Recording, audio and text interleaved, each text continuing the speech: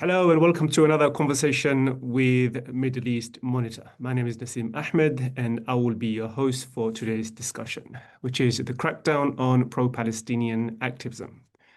For many, the Gaza genocide has exposed the limits of free speech. Over the past 20 months, we've seen campaigners and activists being detained, imprisoned for opposing Israel's military assault on Gaza. New laws have been introduced as democracies take an authoritarian turn. Is freedom of speech held as one of the founding principles of the West, if not the founding principle, under threat? And does Palestine expose the limits of free speech? I am joined by solicitor Fahad Ansari to discuss these issues. Fahad, thank you for joining us. Thank you very much, Nassim, for having me. So it's good to have you on our podcast, Fahad. I hope you don't mind me calling you Fahad. Fahad is a solicitor specializing in immigration, asylum, and nationality law. His law firm, which has been newly branded as Riverway to the Sea, launched a legal challenge in April calling for the proscription of Hamas, which we will discuss later on. I want to really speak to him about the legal work his firm is doing in defending activists against the draconian measures we see being rolled out on both sides of the Atlantic. But before I do that, I want to get your general observations on the picture I've just painted. How would you describe the climate, at the moment? Is free speech under attack? Is Israel the limit of free speech? Do you feel the Gaza genocide exposed a deeper systematic intolerance towards critics of Israel and, as I said, the limits of free speech? Thank you. In one sense, nothing has changed in terms of the limitations about free speech, about what is and is not acceptable comment about the Middle East. It's been like this for decades. You know that, I know that. I mean, the whole world knows that. The only difference this time around is the fact that they're unable to conceal it, to hide it, to garnish it, to dress it up, because of the fact that we have social media. People are no longer reliant on the propaganda and lies, put out by the BBC and other mainstream legacy media. People now can see it for themselves, what is happening in Gaza, what Israel is all about, and what Zionism looks like, the bare naked reality of Zionism. What the West and the governments in the West are struggling with now is how to contain the reaction, the normal human reaction to barbarity, to violence, to oppression, because every single human being is conditioned naturally to resist something as evil as Zionism, to resist fascism. What the governments of the world do is they try to condition you in the opposite direction to make this this is not normal to resist. This is a criminal act.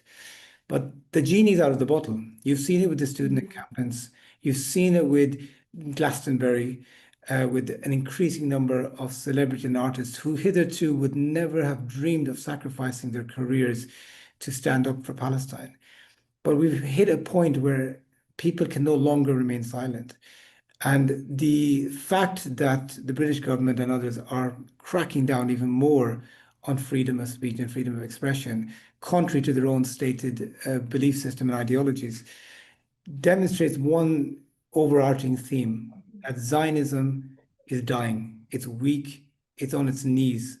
And this, what we're seeing in Gaza, and to a British context, what we're seeing in terms of the repression of protest movements and the suppression of freedom of speech in this country, it all points towards the same thing, that the ideology is finished. They are desperate to try to maintain it, and they will do whatever they can to silence it. But ultimately, it's game over for Zionism. And what surprised me is how quickly they've used some of the toolkits of authoritarian regimes, like redefining terrorism, using definitions that chill free speech, police what people can and cannot say. These are things which are commonly associated with the police state. But when over the years, we've seen how there's been a strong defense of free speech when condemning Muslims who engage in violent activities, or in defense of free speech to criticize Islam. We've seen that when it comes to Israel. We've seen over the, even before October 2023, before the genocide in Gaza, how there was a reluctance, an opposition to police speech when it comes to criticizing Islam and Muslims.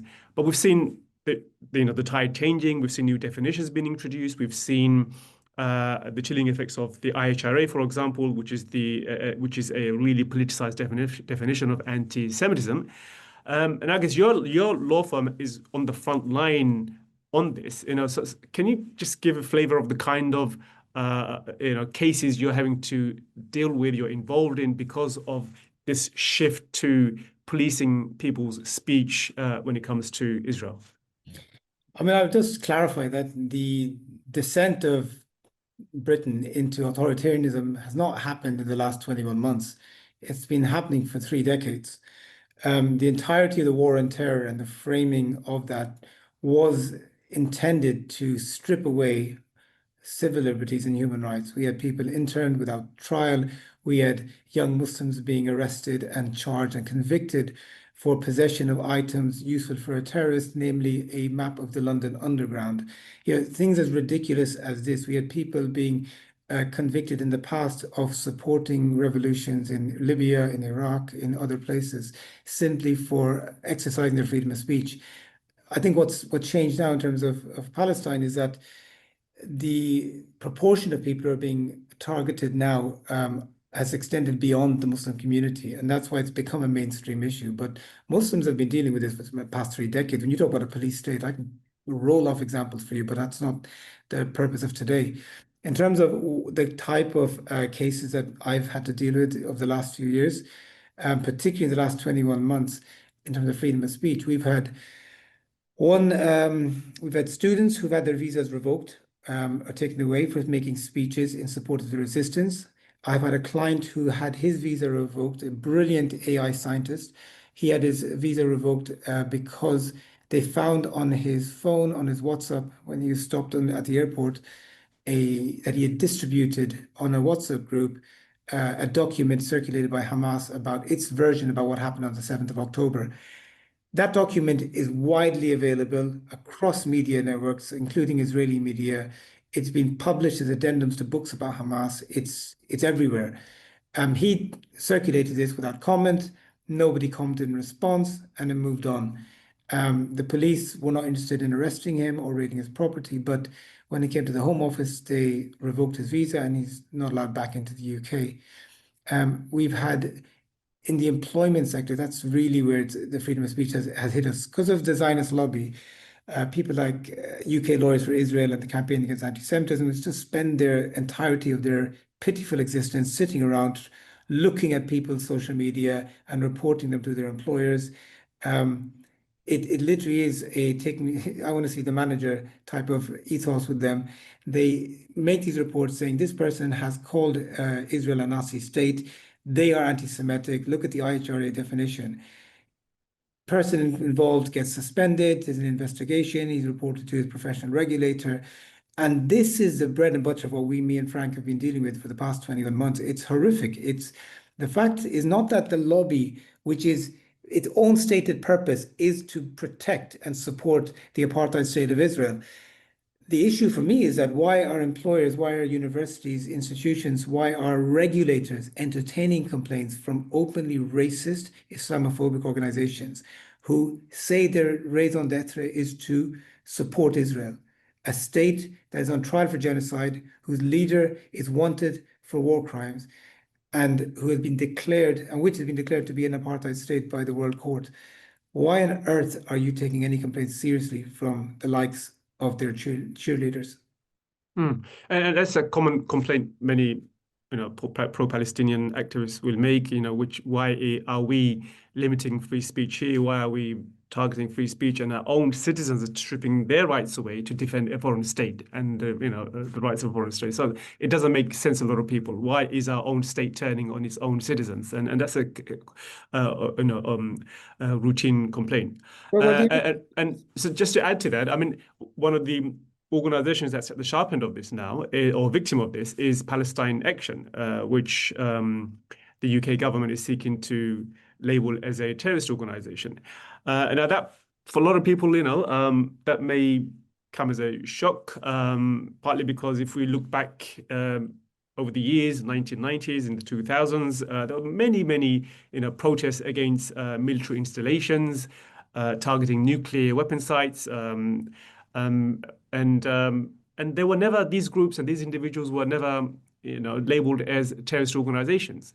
Of course, one couldn't prosecute them for criminal damage, but the idea of labeling them, prescribing them as terrorist organizations was not something which the government ever entertained. But now, as we've spoken, the government has taken a different turn, an authoritarian turn, and Palestine Action seems to be, a victim of that.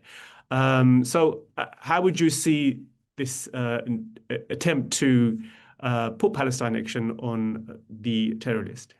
And what would be the implication of that? So the first point is that why is Britain targeting its own citizens to protect Israel? Is because Israel is Britain's settler colonial project in the Middle East. Remember history, Britain was the one who signed off on the agreement to give the land of Palestine to the Zionists, to promise them the creation of a state there. It's in Britain's interests for Israel to remain, and that's the policy. So Britain isn't doing this because of any heavy lobbying from Zionists. Britain's doing it because it fundamentally, the British state, the British establishment, believes in Zionism. It adopts Zionism as a foreign policy. And so it will do whatever it takes to protect its interest in the Middle East. With respect to Palestine Action, I wrote a briefing many years ago in 2005, 2006, for the Islamic Human Rights Commission when I was a researcher there on anti-terrorism laws in Britain. So that's going back 2 decades. And we were looking at the Terrorism Act in that briefing, and we talked about the fact that the report's called A Modern Day Witch Hunt. And looking at the Terrorism Act and proscription, we saw that the definition encompassed of terrorism itself encompassed damage to property if it was done for a political reason. We said that definition is so broad and combined with bad faith actors in the government that it could be used to prescribe legitimate protest groups. That was 20 years ago. We sort of called it at the time that if you legislate in such a broad and expansive manner, it's not an accident that Parliament legislates that way. It's intended to give the executive the power when it wishes to implement such laws.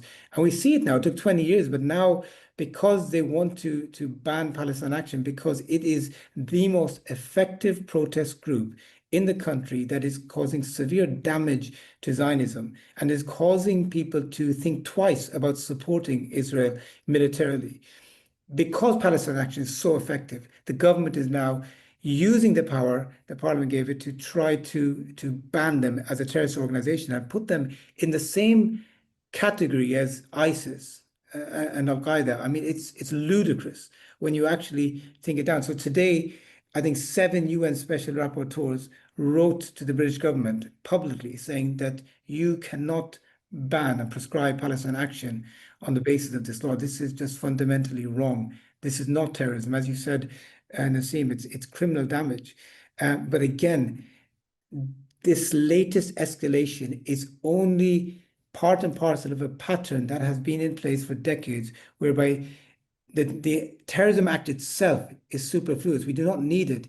Any action that has been prosecuted as terrorism, there were existing criminal laws there to prosecute people, whether it's criminal damage, whether it's murder, whether it's arson, whether it's plotting to kill, it was all there. The terrorism label is just politicized, and it enables governments to eviscerate any motivation that could be there behind an act, and instead just demonize it as terrorism lose the sympathy of a prospective jury just by using the T word in light of 9/11 and 7/7 and various other acts of political violence we've seen over the past few decades. And that's why it's a problem. So Cage International, Islamic Human Rights Commission, and others have been campaigning for the abolition of the Terrorism Act for a long time now. And I think if we want to see a pushback against authoritarianism, we can't deal with the symptoms, which is what this prescription of Palestine Action is. We need to deal with the root problem, which is the abolition of all terrorism laws in this country. What would be the direct impact of having an organization like Palestine Action prescribed as a terror organization to British citizens? I mean, as far as I know, people who are members of Palestine Action are your average teachers, nurses, doctors. These are the kind of people that make up the rank and file of Palestine Action. So what would be the ramification of that? So the ramifications are quite serious. When a group is prescribed, a certain offences kick into play. So it obviously becomes an offence to be a member of the group. It becomes an offence to have a meeting with a member of the group. So if and a meeting is, as long as there's only 2 people, it's okay. If there's 3 people, it becomes a criminal offence to be in that meeting, punishable by up to 14 years in prison. It's an offence to display an emblem or a flag or a symbol that a reasonable person might think that you're a supporter of that prescribed group, Palestine Action. It's a terrorism offence to invite support for Pal Action. It'll become a terrorism offence to express support for Pal Action or express a belief that could be seen to be supportive. So it's very broad. It's essentially putting them in the same category as Hamas at the moment, whereby you can't have a nuanced conversation about Hamas without risking breaking the law. Now, remember what happens is, even if you're not breaking the law, you have the lobby. I mean, why Hamas? ISIS. It would be essentially the same thing as calling them on the same level, ISIS. The reason I say Hamas in this example is that Hamas shouldn't be in that list either. And by putting them in the list of ISIS, you look at the trajectory. You got ISIS and Boko Haram, these groups.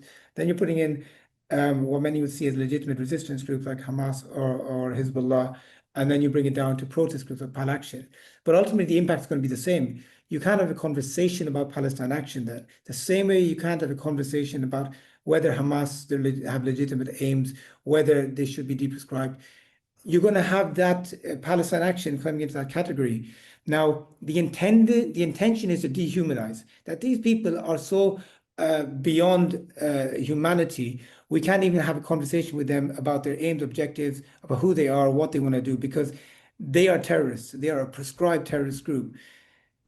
That's the intention. My gut feeling is that people will understand that while you can ban the organization, Palestine Action, you cannot ban the action within Palestine Action. And that there's such a strong feeling of revulsion to what's going on, that a number of activists are going to carry on with the direct action under different names. Already a group has formed calling itself Yvette Cooper. Now, who's the name of the Home Secretary? Is Yvette Cooper going to ban Yvette Cooper is the question. How many groups can she ban?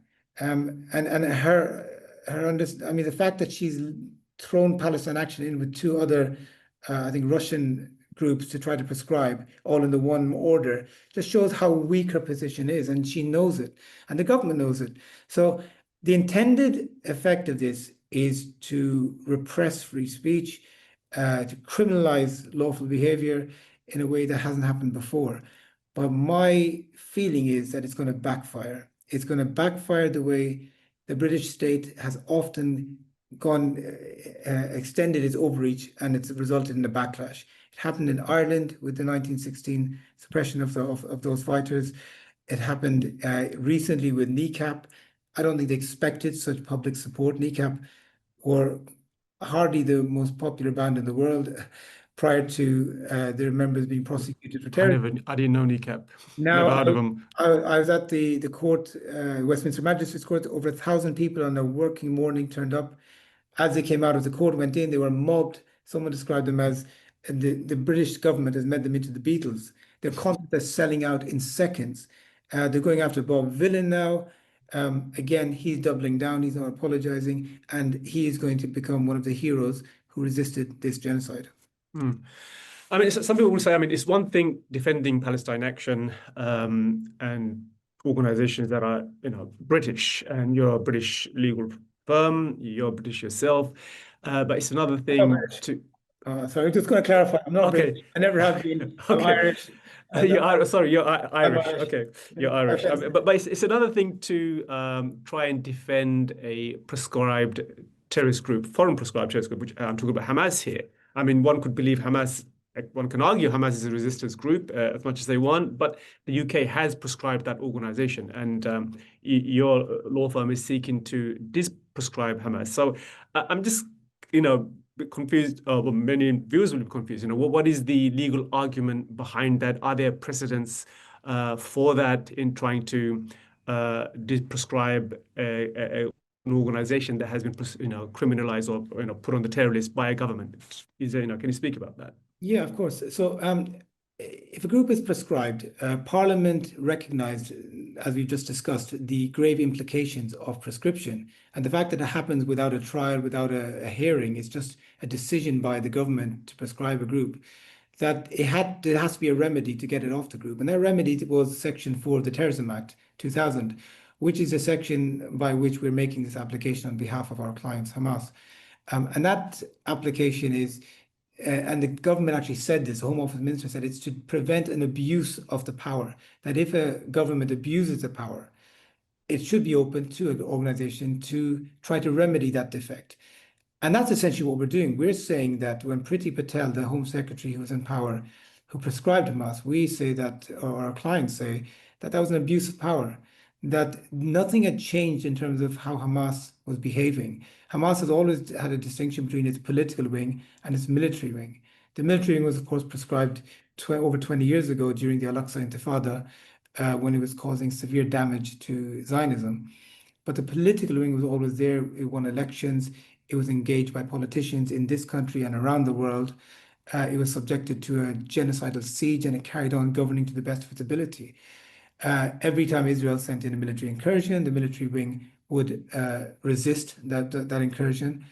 But now, in November 2021, nothing of substance had really happened, apart from the fact that in May that year, Israel invaded the Gaza Strip, again killing 250 civilians, including 66 children.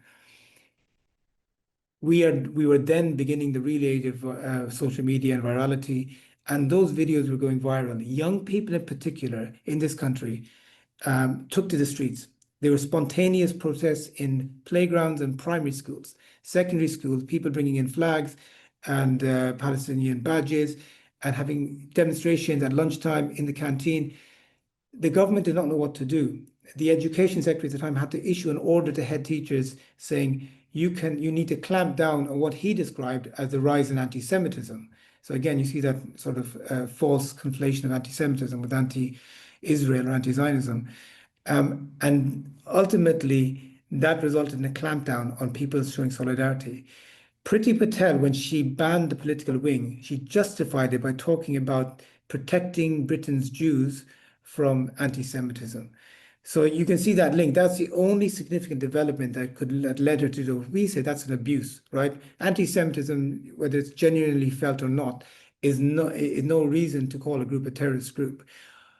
Your viewers might say, well, Hamas does engage in terrorism. And the application says very clearly that they do not dispute that. According to the definition under the UK legislation, Hamas does get involved in terrorism, as does the Ukrainian army, as do the British Armed Forces, because the definition is so broad as to encompass any act of political violence for the furtherance of your religious or political ideology. So, the IDF are involved in terrorism. But it goes down to a political decision, a discretion on the Home Secretary. There are hundreds of groups around the world she could prescribe. But why does she prescribe Hamas? Because she's politically compromised. This is the same Home Secretary, Priti Patel, who was fired from a previous ministerial position because she was found to be having secret meetings with Benjamin Netanyahu, an indicted war criminal now, and other senior Israeli officials. Theresa May at the time was the prime minister, had no idea this was happening. So, this woman is politically compromised. She does not need the lobby. She is the lobby. So I think this is something that Hamas want to address, that this was an abuse. Britain historically has always kept a window of dialogue open with the political wing of any militant outfit, whether it's the IRA, whether it was the ANC and the MK in South Africa. And because that dialogue can happen, we have found peace in Ireland, we found peace in South Africa. What this current prescription does, it prevents, it acts as a major obstacle to the end of the violence and ability for parties to come to a political settlement. I want to get to the politics of designating a group as a terrorist organization later on. But before I do that, I just wanted to quickly ask you about the criticism your firm has faced, yourself have faced. You're called the Hamas lawyer, for example. So how do you respond to some of those accusations? Just to give you the opportunity to debunk some of the claims that are being made that you're being funded by Hamas and things like that. How do you respond to that? Well, I'm really grateful for you asking that question because it does come up time and time again, and not least because the Shadow Justice Secretary, Robert Jenrick, who today attacked another judge over a decision, decided to report me to my regulator, report me to the police, and God knows who else, on the basis that I allegedly must have broken the financial sanctions, because how else would I have funded this case? And that it was sickening that I was bringing an application to deprescribe Hamas. As I've explained, it's a legal application. Parliament intended you to have it. Other firms have taken applications for other prescribed groups in the past. Nobody has been targeted in this way. Jenrick brought this. Let's go through the accusations. The most serious one he says is that I breached the financial sanctions. There's not an iota of evidence for him to say this, but ultimately it was, again, as I said to you, I'm not so concerned about him making a racist allegation. I'm upset that the regulators have acted upon that racist allegation, and without any evidence to show, have started an investigation into me. We sought our advice from the OFSI, which is the Office of Financial Sanctions Implementation. We sought advice from them, from external counsel, a barrister, got a commission and opinion. Can we act for Hamas on a pro bono basis, or do we need a license? They say you need to get a license from the Treasury. That's a cumbersome process. And we decided instead of doing that, let's just act pro bono, because we need to, pro bono meaning without payment, because we need to end the violence. And it's urgent that we do this. We can't be waiting a long time for this license to come through. Myself, the two barristers instructed, and the 20 independent experts who gave evidence in support of this application all acted on a pro bono basis. Those experts include John Dugard, an ex-judge of the International Court of Justice. They include Professor Avi Shleim, an Israeli-British professor at Oxford. So just so John Dugard, he led the ICJ case on behalf of South Africa. Correct. Yeah. So it's this allegation seems to smear all of us together. And obviously it's me who's been specifically targeted.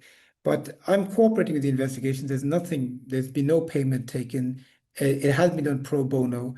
I was asked, well, how will you profit out of it? I said, I don't profit out of it. You can see my accounts. It's not a profitable venture. But sometimes when you have integrity, you have to do stuff on a pro bono basis. We do that all the time with other clients. The other allegations are that we must support Hamas, which would be a criminal offense, because we're taking this case on a pro bono basis. So you either taking money and you're breaching the sanctions, or you must be supportive as to why else would you do it. Again, that's ludicrous. And it's dangerous, because what you're doing is you're identifying a solicitor with his client.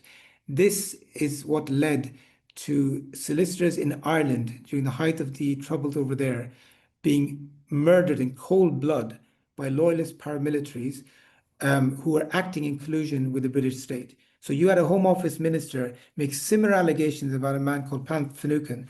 And Pat Finucane used to defend, he's a criminal defense lawyer, and many of his clients were members of the IRA. This Home Office minister said in Parliament that unfortunately we have a situation now where solicitors are in the pockets of militant groups like the IRA, and he named him. Less than 2 weeks later, Finucane was shot dead in his home while having lunch with his wife and 3 kids in front of them. Later on, decades later, the inquiry showed that those gunmen were acting in collusion with the British state. So when Robert Jenrick and others who are very familiar with the history of this, when they make these allegations, they know what they're doing. They are putting a target on our backs. They are endangering us. And it's a very, very sinister path to go down. Our firm has been inundated with abusive calls and death threats. Our staff have had to take time off, and we're being investigated at different levels. We're not going to back down. We're not afraid of these because at the end of the day, at least, thank God, our babies aren't being shredded to pieces in front of us.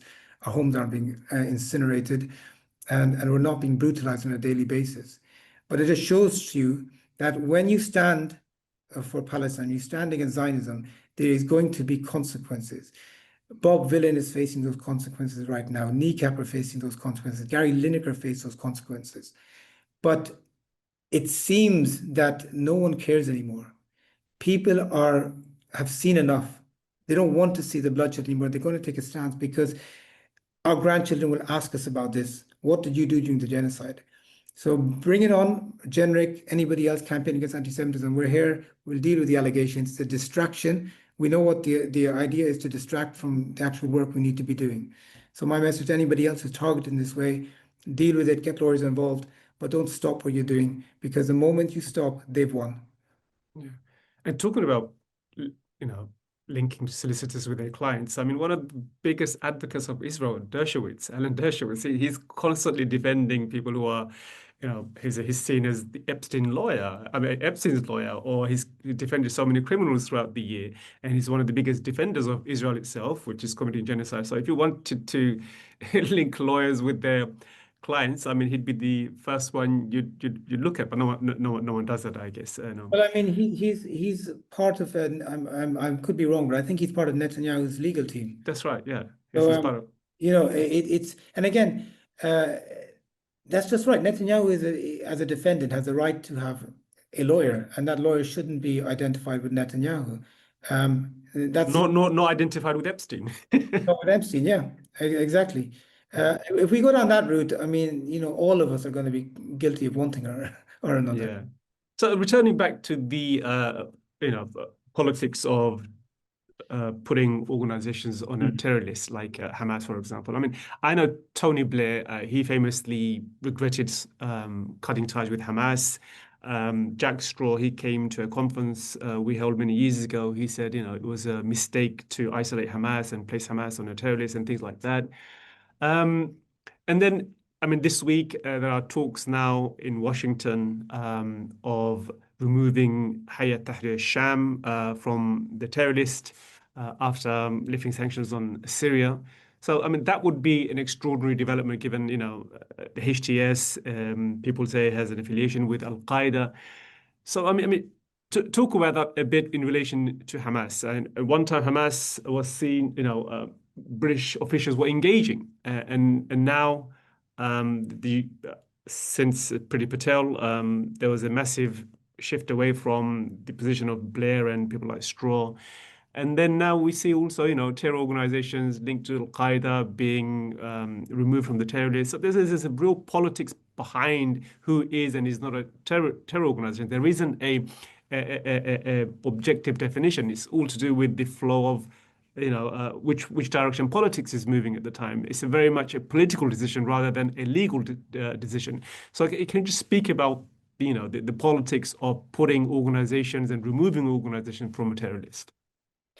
One of the criticisms that our detractors made of our application was that it read like a political diatribe, in the quote of one of the critics. And there was very political and hardly any legal argument in it. I mean, I don't agree with the latter part. There's a lot of international law and domestic law provisions in there. But it wasn't divorced from the political context because that is incredibly important because these are political decisions. They're not legal decisions. They're grounded in politics. So you have to understand that background. You've just pointed out an example. I'll point out an earlier example, the Libyan Islamic Fighting Group, the LIFG, the Muqatila Islamiyah. These guys were a Libyan group who were opposed to Colonel Gaddafi. Gaddafi at the time obviously was an enemy of the British state. Tony Blair then went out and tried to make a deal with him, to negotiate, trying to bring him in from the cold. later documents reveal what we all suspected, that when Blair came back from Libya on that trip, suddenly a lot of the Libyan dissidents who had been given asylum in this country because they were opposed to Gaddafi started being rounded up, detained, prosecuted for terrorism, for trying to plot a coup against Gaddafi. And so suddenly they were being in and out of prison, thrown in prison in Belmarsh. Control orders were put on them when they came out. And they were used as a justification to roll out more draconian powers on every 3 or 4 years.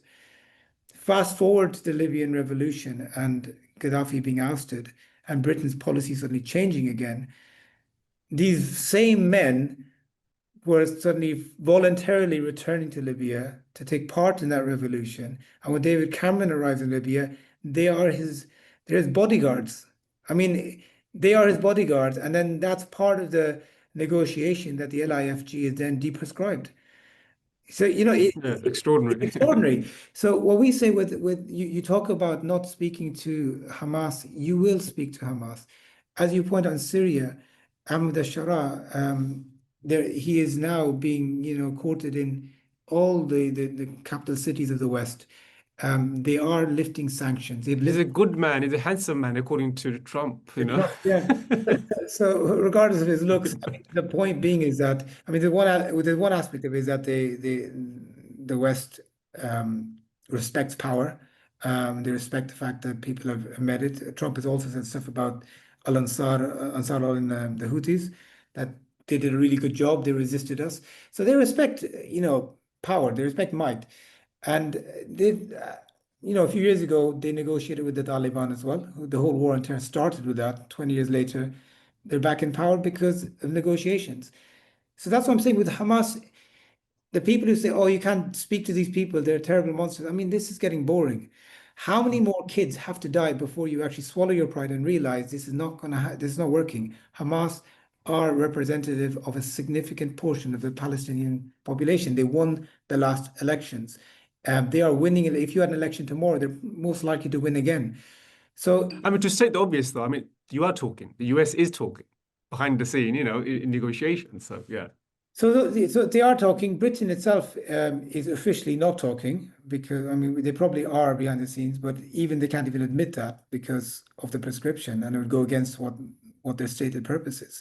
So we know that ultimately a time will come. It will take courage. It took courage in Ireland, it took courage in South Africa. Some politicians have to be willing to say, you know what, I'm going to go speak with these guys. We have to stop the bloodshed. We have to stop this genocide. And if your understanding is that it's not possible because we can't speak to people who win elections, we can't speak to people who have a vested interest and who are going to have a vested interest forever in that land, then you are adopting the ideology and the language that Israel adopts of genocide. The language of the president of Israel, Isaac Herzog, when he says there's no civilians in Gaza, there's no such thing. And he explained that justification, but these are the people who voted for Hamas. They could have overthrown the government, but they didn't. That means everybody's complicit. That's the same type of rhetoric, in essence, that when people say, well, you can't negotiate with the Palestinians. Now, what do all the commentators today are talking about, taking in asylum seekers from Gaza? We don't want any Gazans, because they're a security risk, because they've engaged in that same dehumanizing language criminalizes all Palestinians and all people in Gaza specifically. So I think it's a very, very dangerous territory we're on. We are in the midst of genocide on every front. We can see it. We all know it. Yes, people say, oh, we have to wait for the ICJ to make a ruling. No, we don't. We have to stop a genocide before it happens. And if everyone can sense it, everyone can see it for what it is, then it is mandatory upon us to do whatever it takes. And that means speaking with people that we don't like, that we don't see eye to eye with. We might not agree with everything they do. And many people who supported this application, they don't see eye to eye with Hamas. They disagree with them fundamentally. But they do support the application because there's a wider public interest in having that discussion and in lifting the ban in order for peace to prevail. And what is the situation at the moment? What's the status of the application? I mean, Yvette Cooper has something like 90 days to respond. So what's the situation at the moment now? Yeah, so it's been 2 months. It's been 2 months now. Well, 6 weeks, I think. So it's lodged on the 9th of April. So she would have 90 days from then. So presumably the 8th or 9th of July. So that's pretty much in a week's time to make a decision. We're not holding our breath because in other cases where deprescription applications have been made, she has gone well beyond those, not her, but the Home Secretary has gone well beyond the 3 months. It may well be that she wants to get rid of it and make a quick decision on it, but we'll see next week. So I want to finish off this section by talking about your law firm. So it's undergone changes since you launched the campaign to deprescribe Hamas. And now it's Riverway law is now Riverway to the sea. So why did you feel the need to make these structural changes? So there's a few reasons. We've been talking about this for several months, about the need to expand to fill a gap in the industry, whereby we talked about all the cases that we're receiving, that we're inundated, and it seemed that many of the cases were just coming and oscillating between myself, Frank, Daniel, and a couple of other lawyers. It's the same 5 or 6 lawyers everyone seemed to be going towards. We tried to increase capacity by asking other lawyers and solicitors and barristers to take on the cases. For some reason, there's a reluctance. It could be because it wasn't paying enough. It could be because there was a risk to reputation being associated with such cases. And those who did take them on didn't have the understanding of how to fight them. The way we've been fighting these cases is to go into court and talk about the fact that Israel is an apartheid state, and Zionism is a fascist ideology, and this needs to be taken on. That's the context within which anything else happens. That's an unusual approach, but it's the correct approach in our opinion, because that's the context in which we have to fight these cases. You will get browbeaten by judges. You will get perhaps ridiculed by other lawyers. But ultimately, when a judgment is prepared, then you've got a finding that's indisputable because the ICJ has said Israel is an apartheid state. So if a High Court judge has to find on the same basis, you can't go against the ICJ ruling.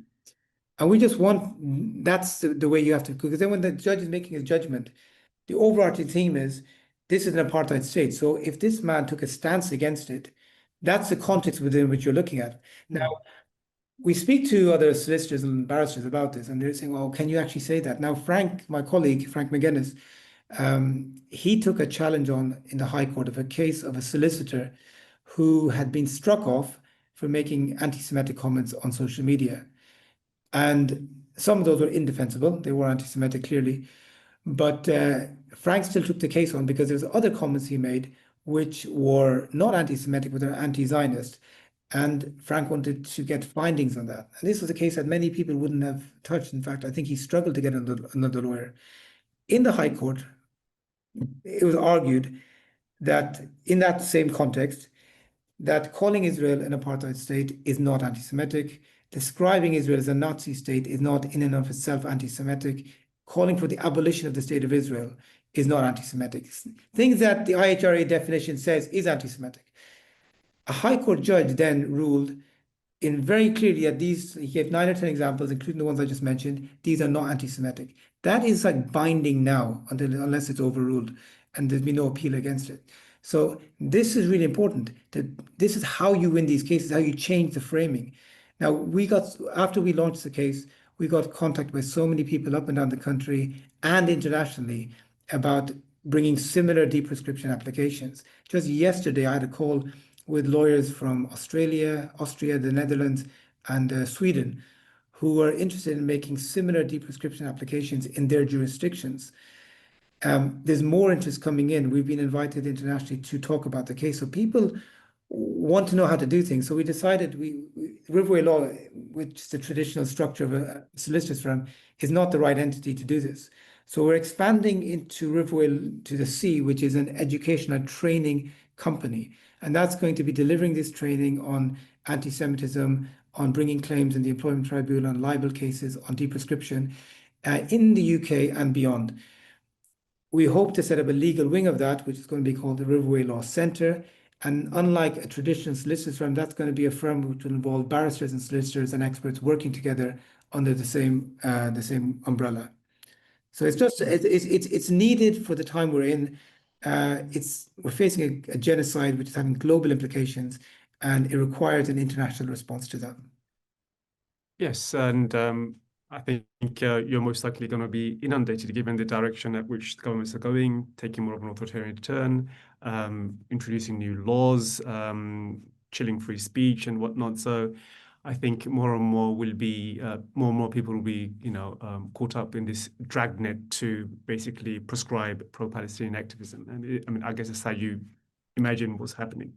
Yeah, I mean, I'd love a world where we're not inundated Yeah. because, but I think the fact that we would be inundated is a positive sign because it means more and more people are willing to take a stand and they're going to face repercussions as a result.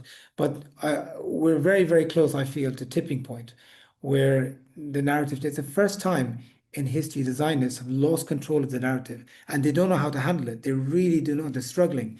The Mm. state is very, very weak. And we just have to ensure that Zionism, which is dying, actually dies and doesn't get back up again. Mm. And the kind of people that are taking a stand are your everyday people, doctors, nurses, students, teachers. These are the kind of people which the government seems to be wanting to, silence and prescribe. But Fahad, thank you for joining our podcast.